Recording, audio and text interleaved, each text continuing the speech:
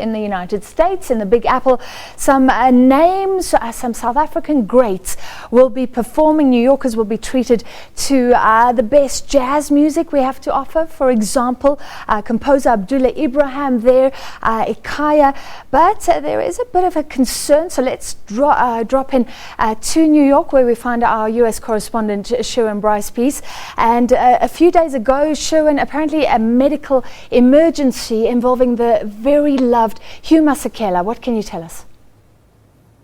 Well, Francis, this past weekend, there was a great deal of uncertainty as to whether this international reunion of the jazz ensemble, the Jazz Epistles, would go ahead on Thursday, tomorrow, Freedom Day in South Africa, Freedom Day for all South Africans around the world.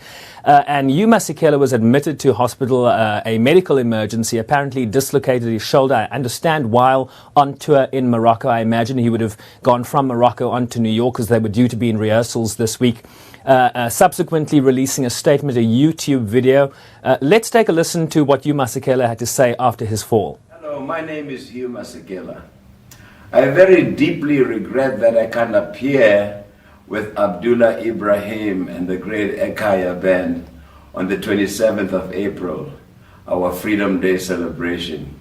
But unfortunately, I've been put to bed rest and house arrest because of a fall I had, which affected other parts of my body, and I cannot travel. Nevertheless, I implore you to try your best to attend this concert and not miss it, because the young Lesedi Nsane, who is from South Africa, is just an amazing musician and a great musician that I very much respect, and I think that he'll be able to more than fill the space that I'm going to be missing from.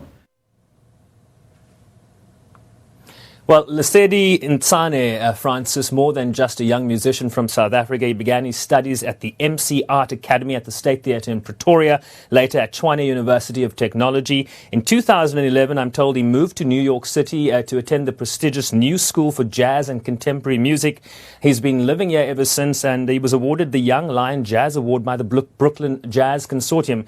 So no novice when it comes to playing the trumpet. I'm sure a perfect replacement for the great Hugh Masekela. And he'll be taking the stage with the Jazz Epistles, Abdullah Ibrahim on piano. Just tell, for our younger viewers, give us a bit more about the legacy of the Epistles that are now reuniting in a sense.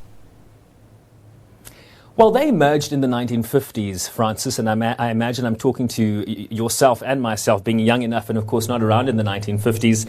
And it was really a merger of what was then known as the Dollar Brand Trio. Remember, Abdullah Ibrahim converted to Islam in the 60s and changed his name, but he was previously known as Dollar Brand. And his trio from Cape Town hooked up with the late saxophonist Kipi Muaketsi, who brought along with him a young trumpeter, Hugh Masekela, and a young trombonist, Jonas Gwangwa. And so, with Dollar Brand's trio that included a bassist named Johnny Gertze and drummer Makaya Nchoko, so began the Jazz Epistles, and they were playing out to full houses, whether in Cape Town, where they began their collaboration. They then moved to Johannesburg. They were playing to full houses there.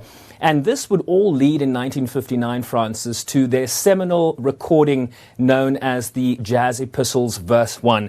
In fact, journalist and author Gwen Ansell refers to it in her book as the first all-black modern jazz recording ever in South Africa. So there's going to be a lot of history on the stage. Of course, with Hugh Masekela pulling out, they've managed to secure the services of none other than Dorothy Masuka.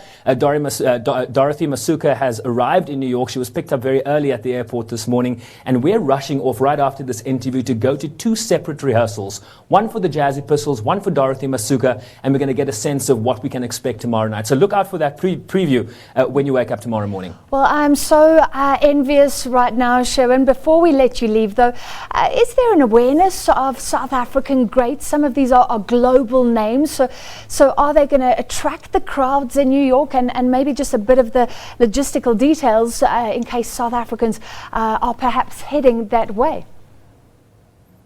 Well, you'll remember that a lot of Abdullah Ibrahim's career, Francis, was spent outside of South Africa during exile. I think he returned to South Africa in the early 1990s, and New York City was one of his bases. I interviewed his late wife many, many years ago at their apartment when she was still living in New York City. So this is an old playground, if you will, for the great Abdullah Ibrahim. So I imagine he has a lot of name recognition, certainly within the music industry. I know that he was on NPR. They did a pre-recorded interview with him yesterday. So he certainly has reach. He's certainly drawing attention here. And if you happen to be in New York City tomorrow, I know South Africans, I don't know if SAA strikes are going to affect direct flights here. The tickets range from $35 to $125 if you feel you are very important enough.